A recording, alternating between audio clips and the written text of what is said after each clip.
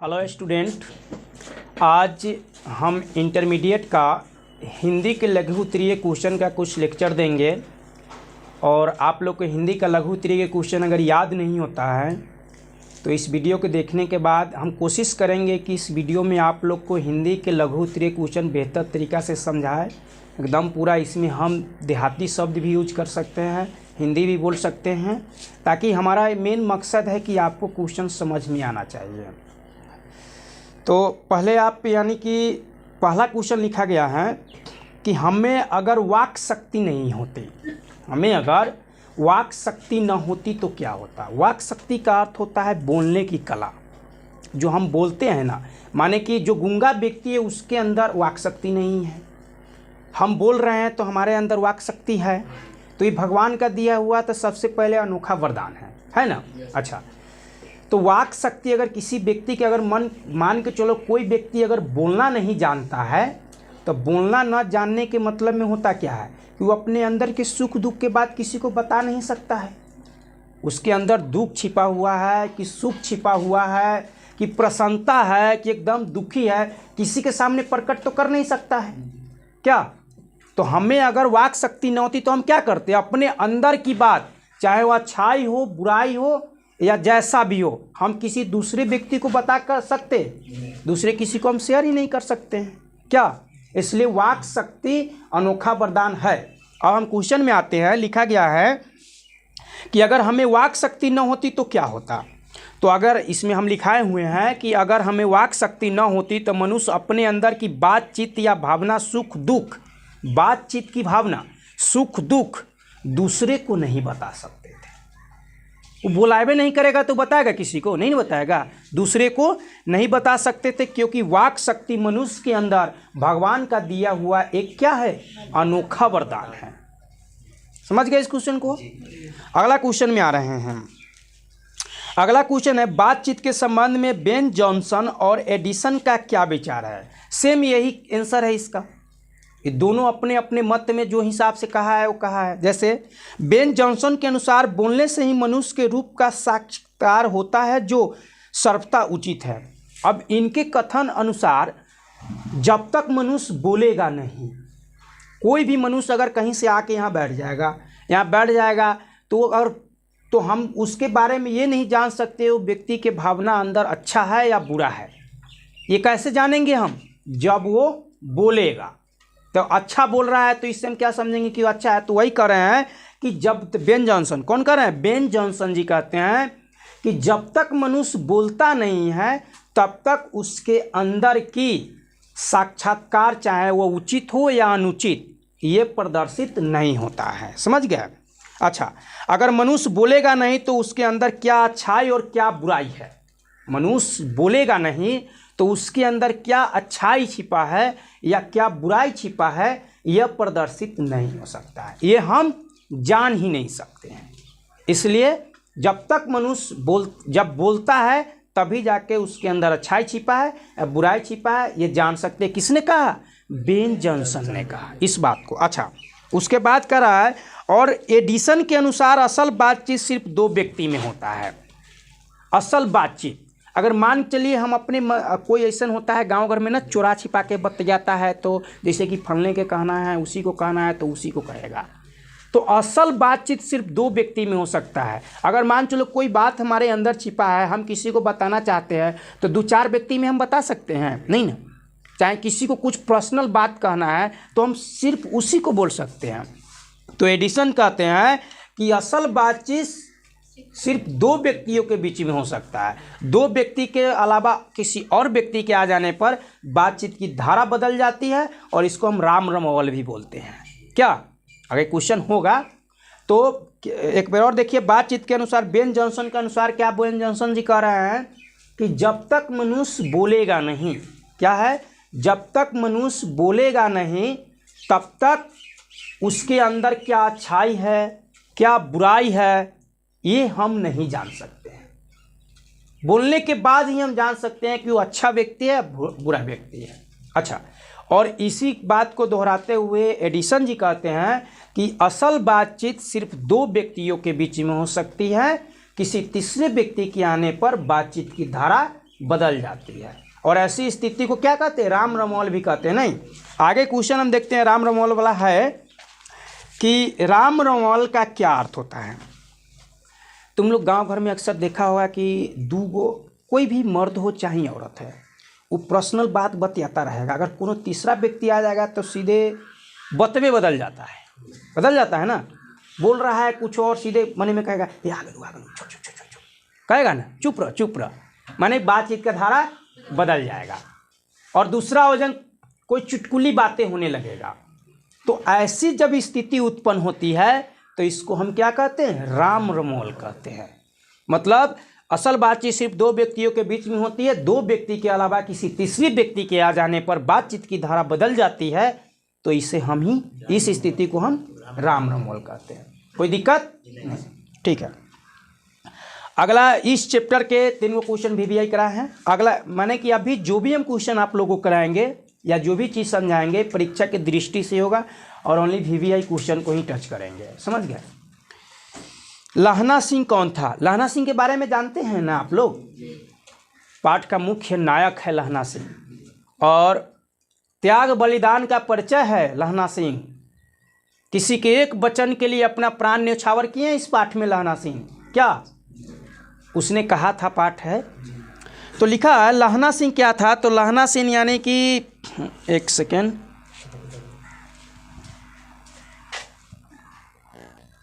देखिए लहना सिंह माने कि एक प्रकार से देखा जाए तो प्रेम का कहानी है। वो लहना सिंह इस पाठ में प्रेम करते थे। किससे? सूबेदारनी से। बचपन से ही उससे प्रेम करते थे और बाद में यानी कि उनका अलग शादी हो गया, लेकिन बाद में पता चला तो फिर बाद में उसका रिश्ता माने कि दोस्ती का रिश्ता हमेशा के लिए था और उसी रिश्ते की वजह से वो अपने प्राण न्यौछावर किए हैं। इस पाठ में बढ़िया से, बहुत अच्छा पाठ है, उसने कहा था, आप पढ़ के देखिएगा कभी। तो लहना सिंह उसने कहा था कहानी का नायक है। इस क्वेश्चन का आंसर आपको बता रहे हैं कि जैसे लहना सिंह कौन था तो उसका परिचय बताना है। तो लहना सिंह उसने कहा था कहानी का मुख्य पात्र है या नायक है। लहना सिंह जर्मनी के लड़ाई में लड़ने वाले 77 नंबर सिख राइफल में जमदार थे। इस क्वेश्चन को आप थोड़ा याद कीजिएगा, समझ गए। आगे हैं, भ्रष्टाचार की जड़ क्या है, इसे दूर करने के लिए क्या सुझाव देंगे? कौन इस पाठ से है? नहीं, उसने कहा था नहीं है, जयप्रकाश नारायण जी इसका अति होगा, क्योंकि हाँ संपूर्ण क्रांति, क्योंकि लोकनायक जयप्रकाश नारायण को संपूर्ण क्रांति का नेतृत्व भी किए हैं और बहुत अच्छा खासा उनका अति जीवनी पढ़ने को मिलता है, आप लोग देखिएगा। तो क्वेश्चन में कह रहे हैं भ्रष्टाचार के बारे में। हम लोग थोड़ा क्वेश्चन से आगे आके सोचते हैं कि भ्रष्टाचार क्या है।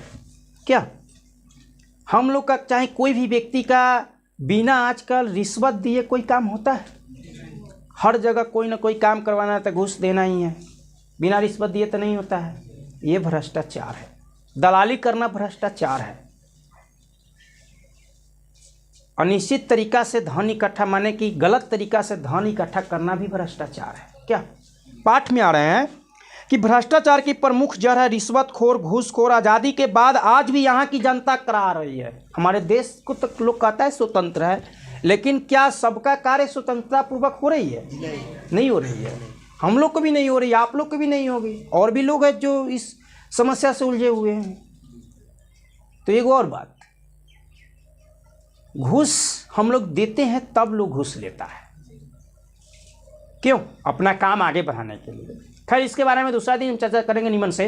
आज चलिए पाठ में चलते हैं। भ्रष्टाचार की प्रमुख जड़ रिश्वतखोर है। आज़ादी के बाद भी आज यहाँ की जनता करा रही है। किसी का कोई भी कार्य बिना रिश्वत दिए नहीं बनता है। इसे दूर करने के लिए जनता को जागरूक होगा। इनमें कहा गया है कि इसका अति कैसे होंगे, तो इसे दूर करने के लिए जनता को जागरूक होना होगा, शिक्षित होना होगा, तभी न जाके भ्रष्टाचार दूर होगा। और सबका मत एक होना होगा। नहीं तो अपना काम बढ़ाने के लिए सब लोग हम के बीमारी लगाए हुए हैं, अपना काम के लिए आगे बढ़ रहे हैं। भाई हमको कमाना है, दूसरा को कौन जरूरी है हमको पूछना। लौ से गया, 200 रुपया दिया, 500 का काम करवा लिए। ऐसे करेंगे तब तक घूसखोरी या रिश्वतखोरी खत्म होगा? नहीं होगा। तो इसलिए घूसखोरी रिश्वतखोरी हम लोग बना रहे हैं। तो फिर से एक पार्ट में आइए कि क्या है इसमें, देख लीजिए। भ्रष्टाचार की जड़ क्या है, तो इसे दूर करने के लिए क्या सुझाव देंगे? तो भ्रष्टाचार का जड़ रिश्वत, घूसखोर आज़ादी के बाद आज भी यहाँ की जनता करा रही है। कोई भी व्यक्ति का कोई कार्य नहीं बनता बिना रिश्वत दिए हुए, और इसे दूर करने के लिए जनता को जागरूक होना होगा, शिक्षित होना होगा और सबको मदद हो ऐसा कार्य करना होगा। सिर्फ अपने पर्सनल के बारे में सोचोगे तो घूसखोरी कभी खत्म नहीं होगा। यही भ्रष्टाचार की जड़ है, मुख्य जड़ यही है। समझ गए? आगे देखिए, आगे है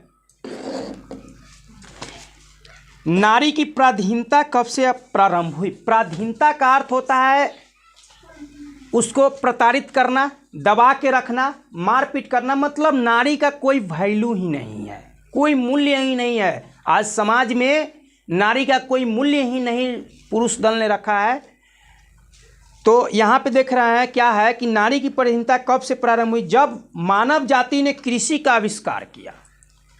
जब मानव लोग ने कृषि करना जिस समय से आविष्कार कर लिया ना, उस समय से नारी की पराधीनता प्रारंभ हो गई। उसी समय से जब मानव जाति, इस क्वेश्चन का आंसर ऐसे लिख सकते हैं कि जब मानव जाति ने कृषि का आविष्कार करना माने कृषि करना शुरू किया, तब से नारी की पराधीनता आरंभ हो गई। उस दिन से पुरुष घर के बाहर रहने लगे, औरत घर के अंदर रहने लगे। मतलब पुरुष बाहर का काम करेंगे, औरत घर का काम करेंगे। जो कि मान के चलिए स्वतंत्र तो वो भी है, वह घर के अंदर रहेंगे तो बाहर तो घूम नहीं सकते हैं। अब किसी को घर में, सुनिए एक सिंहाला नहीं, किसी को घर में कैद करके रखना कहाँ की स्वतंत्रता है? तो मनुष्य लोग ने, पुरुष दल ने क्या किया कि अपने बाहर काम करने लगे और नारी को घर में काम करने लगे। हम इस क्वेश्चन के ये समझाने के माध्यम से हम किसी को ठेस पहुंचाना नहीं चाहते हैं। हम क्वेश्चन का समझा रहे हैं कि इस क्वेश्चन में ऐसे हुआ है। समझ गए? उस समय से जब मानव जाति ने कृषि का आविष्कार किया, तब से नारी की पराधीनता आरंभ हो गई। इस कार्य की वजह से नारी घर में और पुरुष बाहर रहने लगा। यही से जिंदगी दो टुकड़ों में बंट गई। जिंदगी दो टुकड़ों में बंट गई। इसी प्रकार नारी की सामने अस्तित्व का संकट आ गया। और ये सब होने के बाद नारी का जो अस्तित्व है उसमें क्या आ गया? संकट आ गया। और उसके सुख दुख, प्रतिष्ठा, अपमान, सम्मान सब पुरुष पर टिकने लग गया। कि नारी को सुख देना है कि अपमान करना है कि मारना है कि पीटना है, ये पुरुष के मर्जी पर टिकने लग गया। तो इससे नारी की पराधीनता हुई कि नहीं हुई? जो गलत है। लेकिन आपको अगर क्वेश्चन का आंसर सही लिखना है तो आप इसका ऐसा ही लिखेंगे कि नारी की पराधीनता कब से प्रारंभ हुई? तो जब मानव जाति ने कृषि का आविष्कार किया। जब मानव जाति ने कृषि का आविष्कार किया तब नारी की पराधीनता तब से आरंभ हो गई। उस दिन से पुरुष घर के बाहर रहने लगा और नारी घर के अंदर रहने लगा। उसी दिन से जिंदगी दो टुकड़े में बंट गई। नारी की संपूर्ण जीवन, चाहे उसका खुशी हो या दुखी हो, उस सब पुरुष पर टिकने लग गए। समझ गए? तो आप इस क्वेश्चन को भी बेहतरीन तरीका से लिख सकते हैं। अच्छा ठीक है, गैंग्रीन क्या है? देखिए अगला क्वेश्चन है गैंग्रीन क्या है। तो गैंग्रीन आप लोग देखे होंगे कि गांव घर में चाहे किसी भी व्यक्ति को कोई कांटा चुभ जाता है, अगर उसको वो ध्यान न दे तो ध्यान न देने के बाद 2 साल 4 साल बाद वही गोखुला का रूप धारण कर लेता है। गांव घर में उसको गोखुला कहता है। समझ गए कि गोखुला हो गया है। देखेगा कि हमेशा ब्लेड से उसको काट काट के हटाता रहता है। वो भी एक है, एगो औरो चीज़ है। माने कि गैंग्रीन एक प्रकार के ऐसा खतरनाक रोग है। गैंग्रीन क्या है? तो गैंग्रीन एक ऐसा खतरनाक रोग है जो कांटा के चुभने से होता है। अगर उस पर ध्यान नहीं दिया जाए तो ये आगे चल के विशाल रूप धारण कर लेता है, जो गैंग्रीन के नाम से विख्यात होता है। और इससे दूर, इसका इलाज ऑपरेशन के द्वारा ही होता है। उस अंग को काट के ही हटाना पड़ता है। समझ गए? एक बार और देखिए, गैंग्रीन एक खतरनाक रोग है। यह रोग कांटा के चुभने से होता है। किसके चुभने से? कांटा के चुभने से होता है। पर उसे नहीं निकालने के कारण ये नासुर बन जाता है। मतलब बहुत विकराल रूप ले लेता है। क्या? नासुर बन जाता है। और जो ऑपरेशन करने पर ही ठीक होता है, या कांटा अधिक दिन तक शरीर में रह जाने के कारण, कांटा कोई भी है अधिक दिन तक शरीर में रह जाने के कारण अपना विष का प्रभाव शरीर में छोड़ता रहता है। चाहे कोई भी कांटा हो, उसमें जो विष है वो अपना प्रभाव आपके शरीर में छोड़ता रहता है, जो गैंग्रीन का रूप धारण कर लेता है। किसका रूप धारण कर लेता है? गैंग्रीन का रूप धारण कर लेता है, और उस प्रभावित अंग को काटना ही पड़ता है। और जब ये विकराल रूप धर लेता है ना, तो बिना काटे हुए इसका कोई उपाय नहीं। किस पाठ से ये क्वेश्चन है? रोज कहानी नहीं, मालती वाला। ठीक है, फिर एक बार और देख लीजिए आप लोग। गैंग्रीन एक खतरनाक रोग है।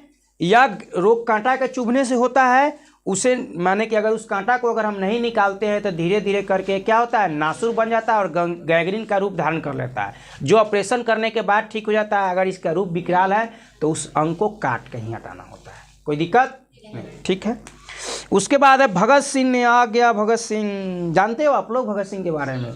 जो नहीं जानेगा ना, भारतवासी हो के जो नहीं जानेगा, उसका जीवन धन्य नहीं है। भगत सिंह, आगे देखिए।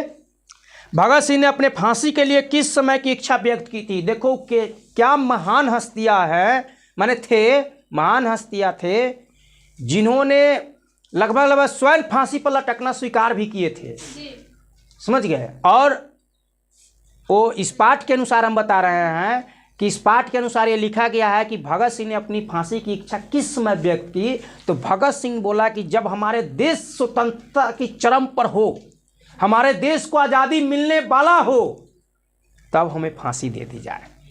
क्योंकि उस समय अगर हमें फांसी होगा ना, क्यों ऐसा बोलें, उस समय में फांसी होगा तो हमारे देश के जनता हमेशा याद रखेंगे। क्या? तो वही है, भगत सिंह की इच्छा थी कि जब भारतीय स्वाधीनता आंदोलन अपनी चरम सीमा पर पहुंचे, चरम सीमा के बाद तो स्वतंत्रता मिल ही जाएगा, क्या, चरम सीमा पर पहुंचे तो हमें फांसी दे दी जाए, ताकि और आग भर के, समझ गया। बहुत सुंदर व्यक्ति थे।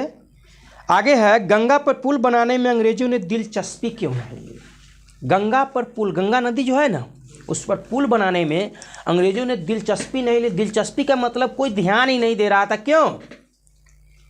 क्योंकि दक्षिण बिहार के बागी विचारों के लोग चंपारण देर से पहुंचे, समझ गया। अब देखिए, चंपारण पहुंचने के लिए बीच में गंगा नदी पड़ता है, और नदी को पार करने के लिए तो डेंगी चाहिए, नाव चाहिए ना। और जितना नाव जहाँ जहाँ चलता था वहाँ अंग्रेजी शासन का हुकूमत था, उसका फौज था, जो भी लोग जाता था उसको मार देता था। तो एक डेंगी पर ज़्यादा से ज़्यादा 10 को 12 को लोग जाएगा, ये इतना ही ना जाएगा। तो गंगा नदी पर पुल बन जाता तो बहुत लोग जाता। तो इसलिए अंग्रेज़ों ने दिलचस्पी नहीं ली कि उन्होंने सोचा कि अगर गंगा नदी पर अगर हम पुल बनवा देते हैं तो दक्षिण बिहार के बागी लोग जो है, बागी लोग मतलब जो अपने देश के लिए मरने वाले, वो तो जल्दी से चंपारण पहुंच जाएगा। क्योंकि आंदोलन का शुरुआत हुआ है वहाँ से, तिनकठिया पर नहीं लागू हुआ था ना वहाँ पे नील की खेती करने के लिए। अच्छा, तो वहाँ देर से पहुँचे, इसलिए गंगा नदी पर पुल बनाने के लिए अंग्रेज़ों ने दिलचस्पी नहीं ली। समझे? एक बार और, कि गंगा नदी पर पुल बनाने के लिए अंग्रेज़ों ने दिलचस्पी इसलिए नहीं ली कि दक्षिण बिहार के बागी विचारों के लोग चंपारण देर से पहुँचे। अगर बन जाता तो जल्दी पहुँचता, अंग्रेजी शासन की हुकूमत को ख़त्म कर देता, क्योंकि अपने देश के भी लड़ रहा था ना। और आज उसी महापुरुष सबका देन है कि हम लोग स्वतंत्र घूम रहे हैं, जो मन होता है वो कर रहे हैं, समझ गए। अगला क्वेश्चन है, आगे समझा रहे हैं। पुंडलिक जी कौन थे? गांधी जी ने वो चंपारण भितिहरवा आश्रम की भी स्थापना किए थे, उसी का वो क्या थे? शिक्षक थे। नहीं, देखिए इसमें क्या लिखा है, पुंडलिक जी कौन थे? तो पुंडलिक जी भितिहरवा आश्रम के शिक्षक थे। उस आश्रम जो गांधी जी ने वहाँ पे वो आश्रम बनाया था बच्चे सबके शिक्षा के लिए। गांधी जी ने आश्रम क्यों बनाया? पूछ लेगा कि गांधी जी ने आश्रम क्यों बनवाया। तो भाई, जब तक लोगों के अंदर शिक्षा देकर उसको जागरूक नहीं करेंगे, चाहे उसको व्यक्तिगत क्या उसका निर्णय है, व्यक्तिगत वो है क्या, उसको जब तक हम निखारेंगे नहीं तब तक दूसरा से लड़ेंगे कैसे। तो मतलब वहाँ आश्रम बनाने का मेन उद्देश्य गांधी जी का था अपना हथियार तैयार करना, ताकि अंग्रेजों से लड़ सके। क्या? तो यहाँ पुंडलिक जी के बारे में है। पुंडलिक जी भितिहरवा आश्रम के शिक्षक थे। पुंडलिक जी भितिहरवा आश्रम के शिक्षक थे। लेखक की मुलाकात भितिहरवा आश्रम में हुई थी। जो लेखक महोदय है इस पाठ का, उनसे और उनकी मुलाकात उसी आश्रम में हुई थी। समझ गया। जब उन्होंने एक घटना का वर्णन किया, पुंडलिक जी ने वहाँ पे लेखक जी के साथ एक घटना का वर्णन किया था कि एक बार वहाँ के अंग्रेज उनके माने कि वहाँ के अंग्रेज के अफसर जो मेन है उनके आश्रम में आए थे, और वहाँ पर नियम था जबकि साहब जब आए तो गिरी स्वामी उनके घोड़े की लगाम पकड़े। वहाँ का नियम था लगाम पकड़े, लेकिन पुंडलिक जी ने ऐसा नहीं किया और कहा कि काम उनका है तो वो मेरे पास आए, हम नहीं जाएंगे। अब इस बात को बढ़िया समझिए। मतलब वहाँ माने कि सबसे पहले पुंडलिक जी भितिहरवा आश्रम के शिक्षक थे और लेखक महोदय की भेंट कहाँ, मुलाकात कहाँ हुई है? उसी आश्रम में हुई है। अच्छा, तो उन्होंने उस एगो घटना का वर्णन किया किसके साथ? लेखक के साथ। लेखक के साथ वर्णन किया कि एक बार माने कि गोरे साहब के सरदार माने कि हमारे आश्रम आए थे, तो यहाँ का नियम था कि जब साहब आए तो गिरी स्वामी मतलब घर का जो मालिक है, मेन मुखिया है, वो जाके उनके घोड़े के लगाम पकड़े। लेकिन पुंडलिक जी ने ऐसा नहीं किया और पुंडलिक जी ने यह कहा कि उनको अगर हमसे काम है तो वो मेरे पास आएंगे, हम उसके पास नहीं जाएंगे। ये निडरता गांधी जी से उनको मिली थी। किसको मिली थी? पुंडलिक जी को। किससे? गांधी जी से। क्या कहा था? घटना क्या था कि उन्होंने एक घटना का वर्णन किया है कि जब वहाँ के गोरे अफसर माने कि जब उनके आश्रम में आए तो वहाँ का नियम था कि गिरी स्वामी घोड़े के लगाम पकड़ेंगे, लेकिन पुंडलिक जी ने ऐसा नहीं किया और वो ऐसा किया भी नहीं, और ये भी बोल दिया कि भाई अगर उनको काम हमसे है तो वो आकर हमसे मिलेंगे, हम उनसे नहीं जाएंगे मिलने। ये निडरता किससे मिली? गांधी जी से मिली। पुंडलिक जी के बारे में अक्सर बार क्वेश्चन पूछता है, ये क्वेश्चन को आप विशेष रूप से ध्यान देंगे। चंपारण में शिक्षा व्यवस्था के लिए गांधी जी ने क्या किया? गांधी जी जो थे चंपारण में शिक्षा व्यवस्था, जब माने कि अंग्रेजी शासन की हुकूमत था तो उस समय अंग्रेज थोड़ी चाहता था कि यहाँ के लोग शिक्षित हो, यहाँ के लोग अच्छे बने। भाई अच्छा बनेगा तो उसको भगा नहीं देता, वो नहीं चाहते थे। हाँ, वो अपना चीज़ का प्रचार खूब ज़्यादा करते थे। कौन? अंग्रेजवा। हाँ, फिरंगी।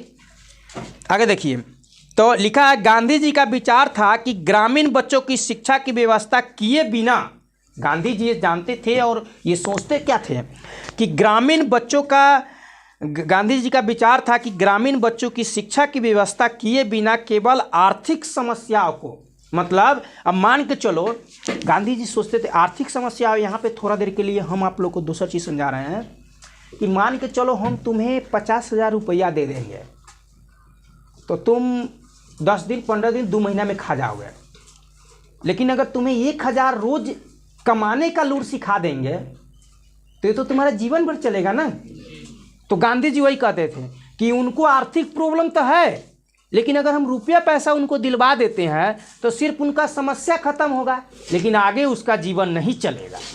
तो आगे जीवन चलाने के लिए लूर दे रहे थे, मतलब लूर हम देहाती में बोल रहे हैं, लूर मतलब शिक्षा, उसको शिक्षा कहता है, सिखा रहे थे उसको, अपने व्यक्तित्व को आगे बढ़ाना था। तो वही कह रहे थे कि गांधी जी का विचार था कि ग्रामीण बच्चों की शिक्षा की व्यवस्था किए बिना आर्थिक समस्याओं को सुलझाने से काम नहीं चलेगा।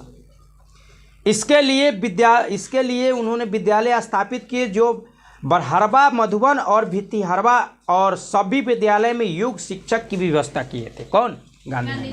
3 गो माने कि विद्यालय स्थापित किए, भितिहरवा में है, बरहरवा में है, एगो और कौन है? मधुबन में है नहीं वहाँ। और एगो बात बताते हैं आपको, गांधी जी स्वयं अपने पत्नी को कस्तूरबा को भी वहाँ पढ़ाने के लिए यानी कि डाल दिए थे। बताइए, वो महान व्यक्ति हमारे देश के लिए अपना सारा चीज़ न्यौछावर कर दिए। आगे देखिए, तो इस क्वेश्चन को भी आप लोग बढ़िया से याद रखिएगा, चाहे किताब की दृष्टि से पढ़िए तब या राष्ट्रभक्ति के दृष्टि से पढ़िए तब, ये बात आपको जीवन में हमेशा याद रखनी होगी। समझ गया? अच्छा, एक और बात, यादें रखने से नहीं होता है, इसके हिसाब से कार्य करने से भी होता है। बहुत व्यक्ति कहता है कि हमको माने कि बहुत स्टूडेंट बोलता रहता है कि सर आप मोटिवेशन कर दिए। अरे क्या करोगे मोटिवेशन सुन के? हम कर तो देंगे लेकिन तुम उसका पालन ही नहीं करोगे तो उससे हमको करने से कोई फ़ायदा होगा नहीं। अगर हम यही पढ़ा रहे हैं आप लोग को इतना माने कि और उसके बाद आप तैयारी नहीं कीजिएगा तो हमको पढ़ाने से कोई फ़ायदा हुआ नहीं हुआ। आप लोग मेहनत कीजिए, कान के रो के डोली में आहे के बैठे के बाद हम ना बैठो, हम सिर्फ एक रास्ता है, पथ है, तुमको चलाने का सिखा रहा है, चलना तुम्ही को है, इसलिए पढ़ाई करो। आगे देखिए, चंपारण क्षेत्र में बाढ़ का क्या कारण था। देखो चंपारण जो था ना, वहाँ पे बाढ़ का भी कुछ कारण, माने कि वहाँ पे बाढ़ भी बहुत ज़्यादा दिक्कत होता था वहाँ के लोगों को। तो बाढ़ के कारण जो कह रहा है, तो बुद्ध के समय में वहाँ की स्थिति अच्छा थे। पाठ के अनुसार बताया गया है कि चंपारण में जब बुद्ध का जीवन काल था, बुद्ध अभी जीवित थे, उस समय चंपारण का स्थिति अच्छा था, लेकिन बाद में धीरे धीरे करके वहाँ की स्थिति बहुत खराब होते चला गया। हमेशा बाढ़ पानी सूखा से ग्रसित होते गया। और आप लोग को ये पता है कि बाढ़ और सूखा कब आता है, जब पेड़ों की कटाई अंधाधुंध करना प्रारंभ करेंगे। क्या, तो अब चलते हैं क्वेश्चन में क्या है लिखा है कि चंपारण में गौतम बुद्ध के समय नदियाँ, चंपारण में गौतम बुद्ध के समय नदियाँ संयमित थी, अच्छी थी, कोई दिक्कत नहीं था उस समय। बाढ़ की विभीषिका से ग्रस्त नहीं होते थे। बाढ़ की विभीषिका मतलब कभी अबे नहीं किया और कभी इतना आ गया कि दह गया। तो बाढ़ की विभीषिका से क्या होता था, ग्रसित नहीं होते थे, क्योंकि उस समय विशाल वनों का क्षेत्र था। अब देखिए चंपारण में वनों का क्षेत्र विशाल था। तो जब वायुमंडल संतुलन किससे होता है, वन से होता है, पेड़ पौधे से होता है। वायुमंडल का संतुलन बरकरार पेड़ पौधा से ही होगा। लेकिन आजकल लोग पेड़ पौधा को काट के घर बना रहे हैं, मकान बना रहे हैं, कृषि कार्य में भूमि को कृषि कार्य में लगा रहे हैं, तो वायुमंडल संतुलन तो बिगड़ेगा ही। और बिगड़ेगा तो कभी बारिश ही नहीं होगा, कभी इतना बारिश होगा कि आपका पूरा विशाल गति कर देगा। अब पेड़ काटिए, हम ये नहीं कहते पेड़ नहीं काटिए, पेड़ आप काट सकते हैं, लेकिन काटे हुए स्थान पर फिर एक नया पेड़ लगाइए तब ना। लेकिन लगाना तो कोई जानता ही नहीं है, काटना तो सब जानता है। सरकार भी देखते हैं खुनती, यानी कि इसका नियम लगाया हुआ है, तो सड़क काटते काटते हैं तो देखिएगा कभी काल रास्ता पर देखिएगा तो बकरी उकरी चढ़ जाता है। अरे पेड़ को रक्षा करना हमारा धर्म है, ये नहीं है कि माने कि दूसरे के लिए नहीं लगाना है, आप अपना लगाइए। क्योंकि सबसे इंसान के जीवन के लिए सबसे महत्वपूर्ण चीज़ क्या है, ऑक्सीजन हमें किससे मिलता है, पेड़ पौधा से मिलता है। अपने जीवन काल में हर एक व्यक्ति को, जीवन काल तो नहीं कह रहे हैं, लेकिन हर एक माने कि पर्व त्यौहार होता है, लोग जन्मदिन मनाता है, और भी चीज़ होता है, टीचर्स डे मनाते हैं, ये सब होता है ना। आप नियम बना लीजिए ना कि ऐसे दिन पर हम एक पेड़ कम से कम जरूर लगाएंगे। अगर हर एक व्यक्ति अगर लगा लेंगे ऐसे, कोई ज़रूरी नहीं अपने खेत में लगाएंगे, क्या कहीं लगा देंगे, सड़क उड़क पर जाके लगा देंगे, पेड़ की रक्षा करेंगे, समझ गए।